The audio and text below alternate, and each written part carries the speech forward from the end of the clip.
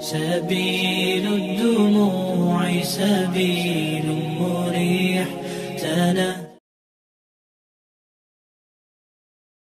Assalamualaikum warahmatullahi wabarakatuh. Alhamdulillah wassalatu wassalamu ala Rasulillah wa ala alihi wa sahbihi wa mawalah. La haula wa la quwata illa billah, amma ba'du. Bapak-bapak, ibu-ibu, hadirin hadirat, pengurus DKM Masjid Al-Muhsinin dan jamaahnya yang mudah-mudahan dirahmati oleh Allah Subhanahu wa taala. Langsung aja, karena saya dikasih waktu 15 menit paling lama. Malam ini saya mau berbicara tentang tasawuf. Waduh, tentang tasawuf lagi. Malam ini saya mau berbicara tentang tasawuf karena ilmu tasawuf itu bagian daripada fardu ain, fardu individu yang harus diketahui. Para ulama menyebutkan man tafaqaha walam tasawwaf faqad tafassaqa. Siapa yang belajar fikih mulu walam tasawwaf, kagak belajar tasawuf, faqad tafassaqa, maka berpotensi dia jatuh pada perbuatan fasik. Saya kasih contoh.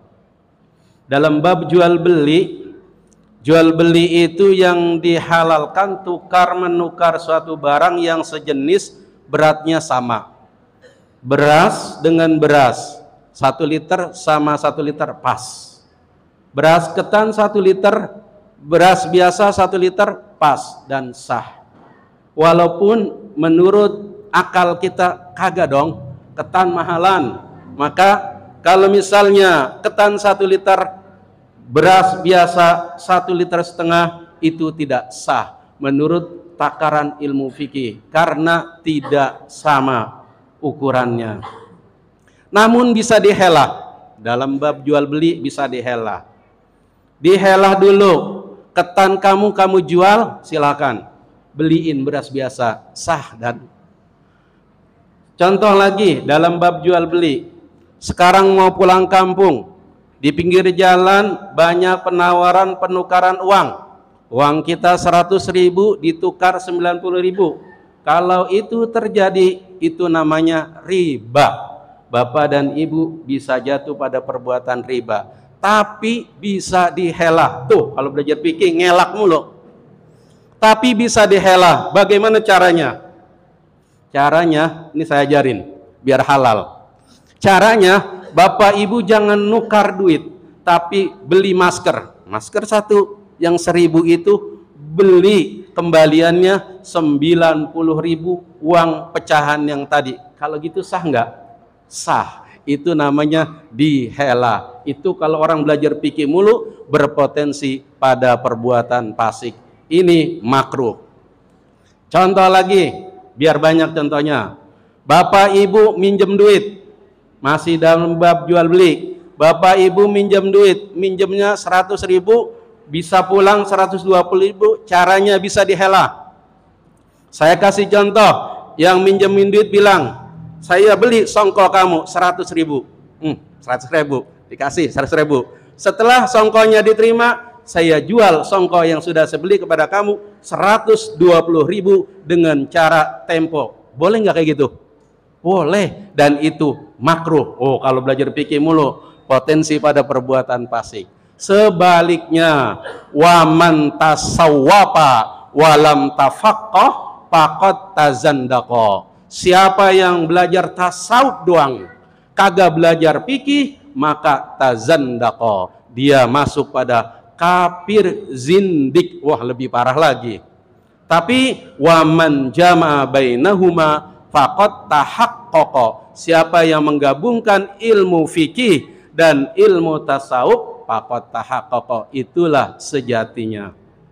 Malam ini saya mau sampaikan tentang cinta kepada Allah Subhanahu wa taala.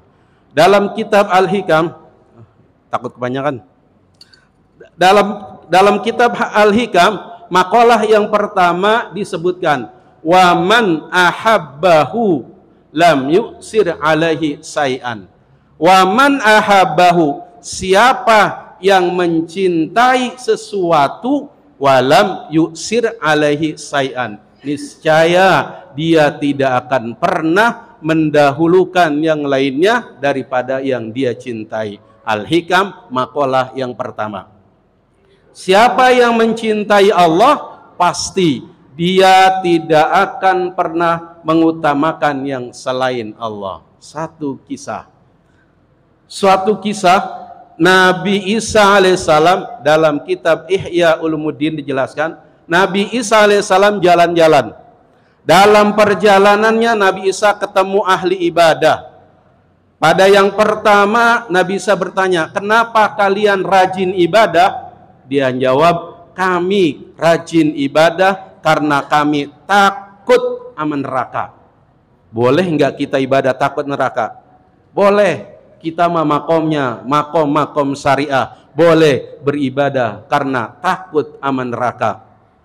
Jalan lagi Nabi Isa, ketemu orang yang kedua ahli ibadah juga, sama. Ditanya, kenapa kamu rajin beribadah? Saya beribadah karena sauqan lil jannah. Saya beribadah karena rindu sama surga. Yang kedua, pengen masuk surga. Boleh nggak kita beribadah pengen masuk surga? Boleh. Emang makomnya kita makom yang pengen masuk surga. Disebutkan dalam kitab Al-Jannatu mustaqatun ila arba'ati nafarin. Surga rindu kepada 4 golongan. Nah, kebanyakan kalau baca. Yang ketiga, jalan lagi itu Nabi Isa. Ketemu orang yang ketiga, ditanyakan, kenapa kalian rajin beribadah? Dijawab, kami rajin beribadah karena kami mencintai Allah. Nabi Isa berkata, antum auliya Allah. Kalian adalah wali-walinya Allah. Bapak Ibu hadirin hadirat rahimakumullah. Untuk muhasabah bagi kita, pada tataran yang manakah kita berada sekarang? Apakah kita beribadah karena takut sama neraka? Apa kita beribadah karena pengen masuk surga? Apa kita beribadah karena mencintai Allah? Ini yang butuh pelajaran bagi kita. Jangan karena kita beribadah kagak khusyuk-khusyuk. Saya sholat dari kecil kagak khusyuk-khusyuk, dah saya kagak sembahyang. Jangan, ini butuh pelajaran. Kita harus terus berlatih dan berlatih untuk dapat mencintai Allah yang sesungguhnya. Mudah-mudahan Ramadan tahun ini menjadikan kita hamba-hamba yang mencintai Allah dan Allah mencintai kita. Terima kasih atas perhatiannya. Mohon maaf atas kekurangannya. Wassalamualaikum warahmatullahi wabarakatuh.